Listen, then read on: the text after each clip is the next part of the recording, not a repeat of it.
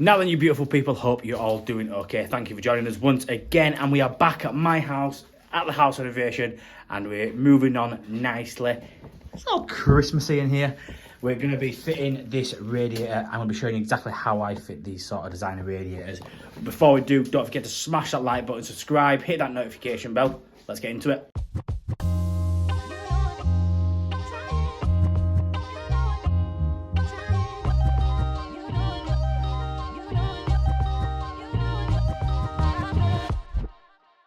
So if you remember, before we did the renovation, got it all plastered in here, before we started anything, we took the radiators off, and the radiator was under the windowsill there, with the copper pipe work going all the way around the skirting and then up the wall in the corner.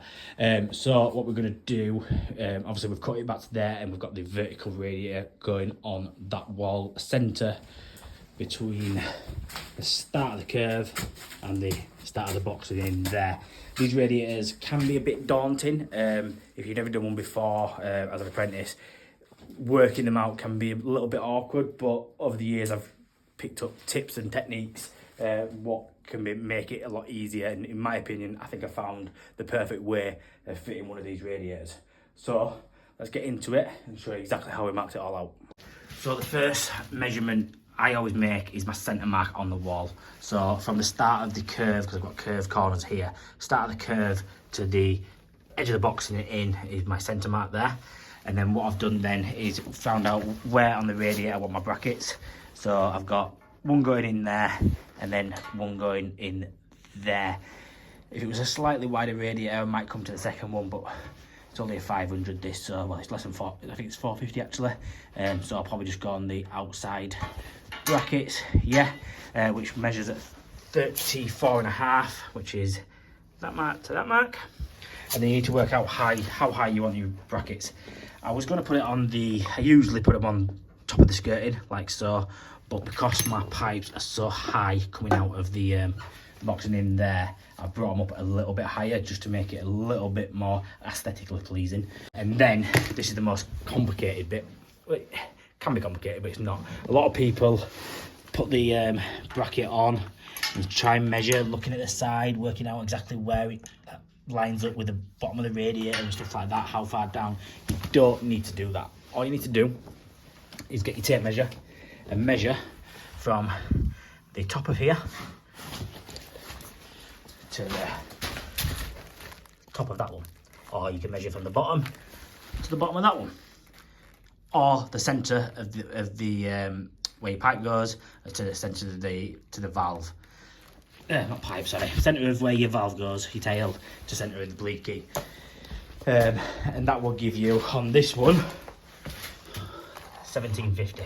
So with the bracket on, like so, from the top of the bracket to the top of that bracket is 1750. Run your level lines across, use laser level or just a standard level, whichever you prefer, and then level across at the top and the bottom, and then you can get your brackets and mark your holes out on there. So we'll get these drilled, plugged, screwed to the wall, and fingers crossed this radiator hangs and doesn't fall off, because it's a heavy radiator.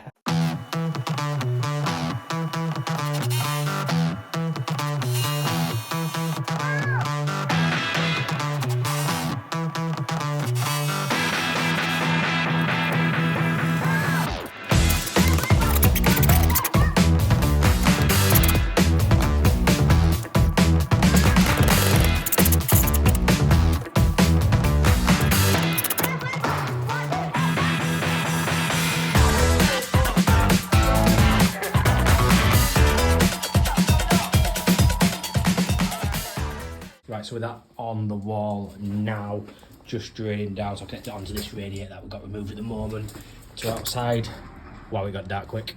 So that's just draining down now. While it's draining down, I'm going to make the valves up. We've got the EMTRV15 pack from EPH Controls. So I'm going to be making this up. I've decided I'm going to do it with Loctite 55 and a little bit of paste. Probably get comments asking why I've not used liquid PTFE or anything like that. I'm just not doing it because I don't want to wait for it to set and go off. If I'd have put them in first before I hung the radiator, then maybe so, but I forgot, to be honest. So we're going to be using Loctite 55 because it's just as good, if not better. So get these wrapped up into place, and then we need to cut into these pipes and drain the rest of this down, because this section of pipe work is on a drop, and this here is going to be a bit of an awkward one because it's very tight, and I need to work out exactly how I'm going to do it.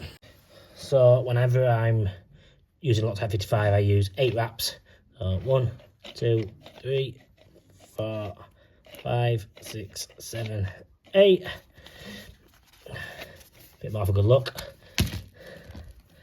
on there, and then a very light dosage or spread of jet lube. Don't need too much because it'll only squirt out. Well, and we'll tighten this into here using a 16mm joke spanner.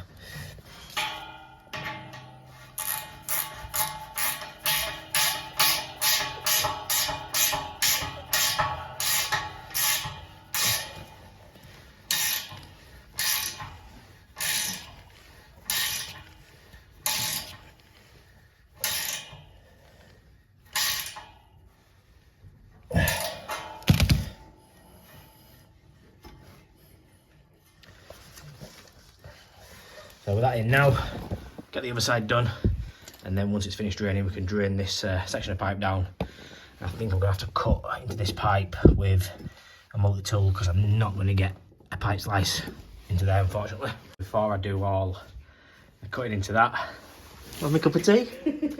Tea ladies here. Come on. Thank you. Say hi. Hi. She's shy. I will make a YouTube star out of her one day. The Hunt family. All these families do it. We should do it. I'm not joking. Right. So, drain this down. Cut into there. Also, I think I'm going to have to put a couple of bends. No, not a couple of bends. Yeah, I'll bend it. We won't put 2 elbows. Put a nice little offset onto there. And we'll solder an elbow up onto it.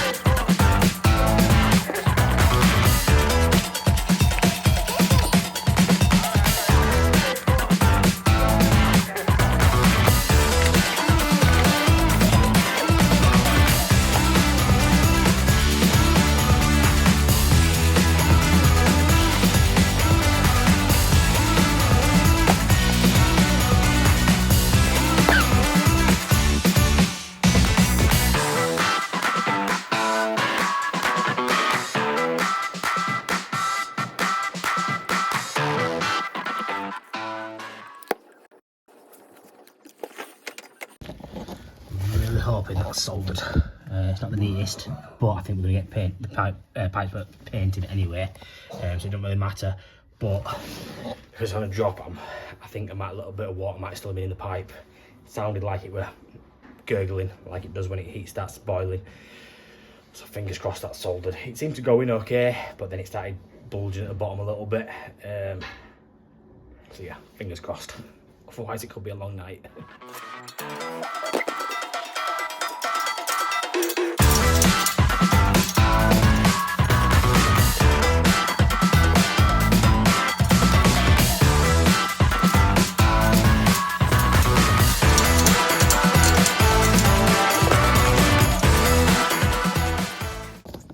So that one's on there now. So you put the lock shield onto here. People are going to say, why haven't I put a drain off lock shield on, or a drain off on the pipe work? frankly, it's because it looks shocking. The drain off lock shield won't be too bad, but I prefer it without it. And if anyone's going to work on this radiator, it's going to be me, so it's my problem. It is what it is at the end of the day. I'm not too bothered. I can just turn the valves off, drop the pressure into a bucket, and take the radiator off. It's not the end of the world, so yeah, it is what it is. I don't care. Right, so get this. Might have to take. Might be enough room to pull that forward to cut the pipe. Cut that pipe. Get the valve on. Paste it up, and then we can fill the system up, and hopefully, fingers crossed, that doesn't leak.